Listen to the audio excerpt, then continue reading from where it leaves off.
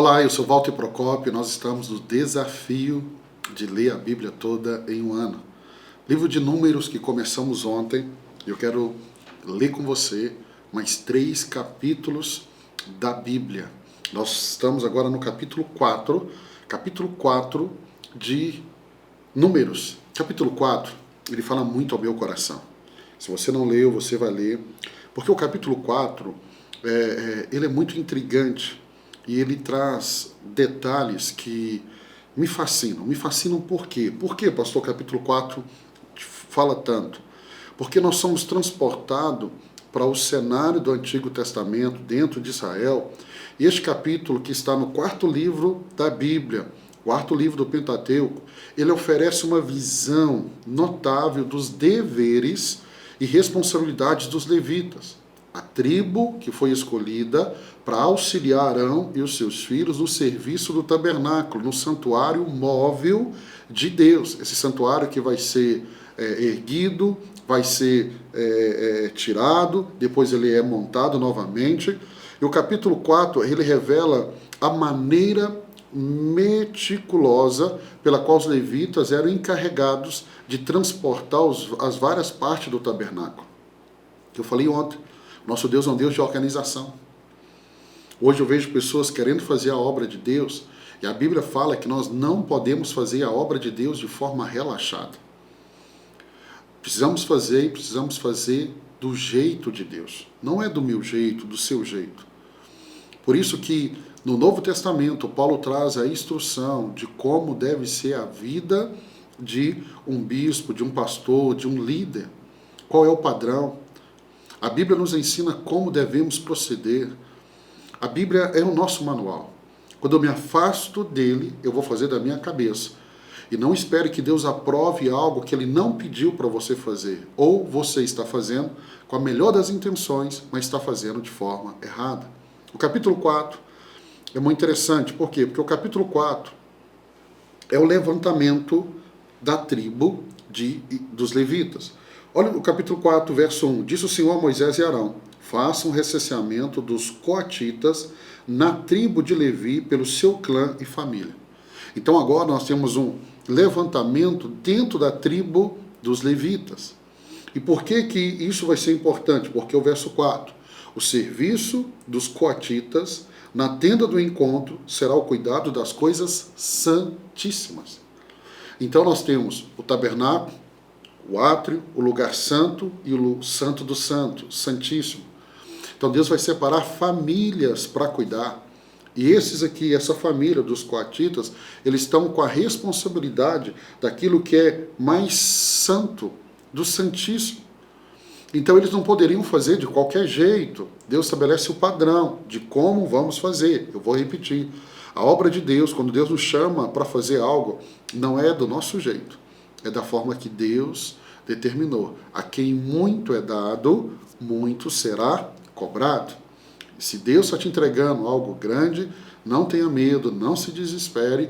Deus está te entregando porque Ele viu em você condição para isso. E Deus vai te capacitar ao longo da sua caminhada para você fazer o melhor. Deus vai trazer orientação.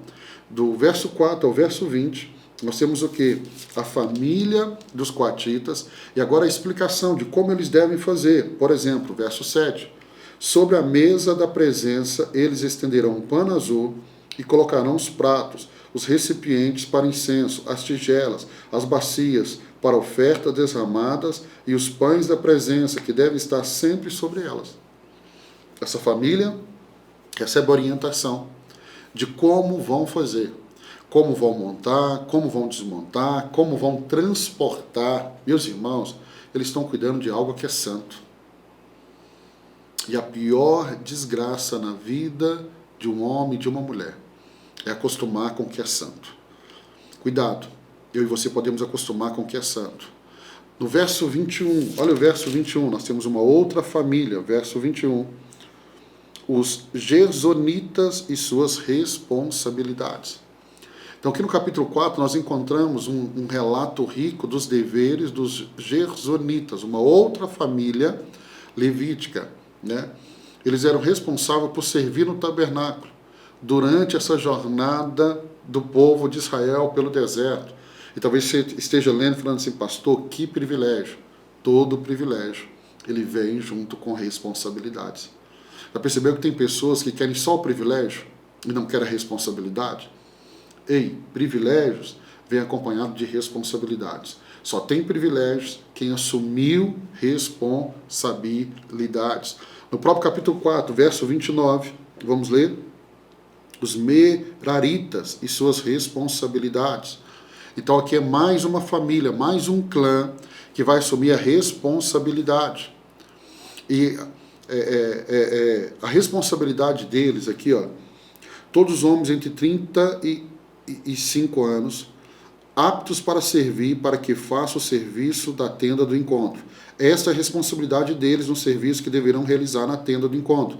Carregar as armações do tabernáculo, seus travessões, suas colunas, suas bases. Então aqui a Bíblia está descrevendo com muita clareza qual era o serviço. Né? E aí, do verso 34, Moisés, Arão e os líderes da comunidade contaram aos coatitas conforme os seus clãs e familiares. Aqui nós vamos, depois tem os gesonitas, os meraritas, e aí essa instrução geral para toda a tribo de Levi.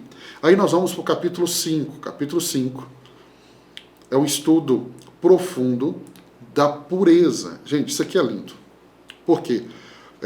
O capítulo 5 ele é fascinante porque ele nos conduz a voltar lá em Levítico nas leis e rituais desse povo, do antigo Israel. Este capítulo, ele está no coração do livro de Números. E ele vai trazer uma visão do sistema de justiça e purificação da sociedade israelita da época. Pastor, é diferente do que vimos em Levítico? Não, é um complemento. Em alguns pontos, só trazendo a lembrança daquilo que já foi falado. E aí o capítulo começa com a purificação e a separação do acampamento. A pureza do acampamento. O Senhor disse a Moisés, capítulo 5, ordena aos israelitas que mandem para fora do acampamento todo aquele que tiver lepra. Lá em Levítico, nós vimos a lei sobre a lepra. Então aqui Deus está reforçando como que a pureza do acampamento precisa ser mantida. Essa era uma responsabilidade de todos, de todos. Como é uma responsabilidade minha e sua de cuidar da pureza da minha casa, da pureza da igreja, da empresa, onde eu estou. Aí nós temos, né, logo depois, a restituição por ofensas. Meus irmãos, a Bíblia trabalha muito sobre restituição. Restituição dos danos, do prejuízo. Hoje eu vejo pessoas me procurando, muitas vezes na sala pastoral, e falando assim, pastor, eu errei, eu prejudiquei pessoas, mas eu já me arrependi. Eu falo, que bom, irmão, que você se arrependeu. Agora você precisa fazer o caminho de volta. Se você deu prejuízo, você vai ressarcir. O caminho de volta é um princípio bíblico. Ah, mas eu estou arrependido. Que bom. E o sinal do seu arrependimento é que você vai fazer o caminho de volta. Então aqui fala da restituição por danos e prejuízos. O que nós temos depois? Né? Orientação sobre o caso de suspeita de adultério. Algumas Bíblias dizem assim, o teste da mulher suspeita de adultério. Verso 11, então o Senhor disse a Moisés, diga o seguinte aos israelitas, se a mulher de alguém se desviar-lhe por infidelidade, e outro homem deitar-se com ela, isso estiver oculto de seu marido, e a impureza dela não for descoberta, por não haver testemunha contra ela, nem ter ela sido pega no ato, se o marido dela tiver ciúmes, suspeitar a sua mulher, esteja ela pura ou impura, ele a levará ao sacerdote como oferta de um jarro de farinha de cevada em favor dela. Não derramará azeite, nem porá incenso sobre a farinha, porque é uma oferta de cereal pelos ciúmes, para que se revele a verdade sobre o pecado. Pastor, se pudesse fazer isso hoje, hein? Imagina, deixa eu dizer algo para você, hoje, mais do que nunca, nós continuamos debaixo do mesmo princípio. Deus está nos ensinando aqui que não fica oculto. As coisas erradas não ficam ocultas. Deus traz luz, e a Bíblia diz que vai trazer luz sobre todas as coisas. Então o capítulo 5 traz mais essas informações do que vimos no livro de Levítico. E para terminar, nós estamos no capítulo 6. Ah, eu amo o capítulo 6. Porque ele fala da regulamentação do voto do Nazireu. O voto do Nazireu. Então tem instrução aqui do voto do Nazireu. Irmãos, esse voto é tão lindo que nós vamos ter tantos homens na Bíblia fazendo esse voto. Sansão estava no voto de Nazireu, infelizmente quebrou esse voto. E as consequências de Sansão nós vamos ver no livro de Juízes. Então, as instruções elas destacam o ato voluntário, a natureza voluntária dos votos de nazireus. Não era uma obrigação, né? Não era uma imposição divina, é um ato voluntário. Então, o texto diz, quando alguém fizer um voto de nazireu ao Senhor. Então, quando ele fizesse esse voto, e esse voto de nazireu era se abster de coisas como o vinho, bebidas alcoólicas, produtos derivados da uva, até mesmo de cortar o cabelo. Nós vamos ver com mais clareza sobre o voto do nazireu. Ele não deveria tocar no que era morto. Ou seja, era um ato de consagração a Deus. Consagração. E aí do verso 6 ao verso 9, né, ele vai trabalhar com mais clareza o período do voto do nazireu. O período. Porque muitas vezes, irmãos, tem pessoas que querem ser tão santas e elas às vezes exageram demais. Então a Bíblia ela tem essa preocupação. Então ele fala de como duraria o voto, a duração do voto, né? E um dos aspectos do voto do nazireu era a flexibilidade na determinação de sua duração. Quando vai começar, quando vai terminar. Eu oriento muito. Quero fazer um jejum, pastor, que é um voto. Determine quando você vai começar e quando vai terminar. Tem início e tem fim. E aí ele fala da oferta da conclusão do voto. Concluir o voto. O que eu prometi a Deus eu cumpri. E aí ele fala da oferta que vai ser levada. E aí ele termina falando da bênção sacerdotal. Então a terceira seção do capítulo 6 é a bênção. Então há uma ordenança da bênção. E ele fala do conteúdo dessa bênção. O Senhor disse a Moisés, diga a Arão e aos seus filhos, assim vocês abençoarão os israelitas. E ele disse, e eu termino aqui, o Senhor te abençoe e te guarde. O Senhor faça resplandecer o seu rosto sobre ti e te conceda graça. O Senhor volte para ti o teu rosto e te dê a paz. Assim eles invocarão o meu nome sobre os israelitas e eu os abençoarei. Então Deus chama Arão e fala assim, Arão, é para você abençoar. Deus nos chamou para abençoar. Eu termino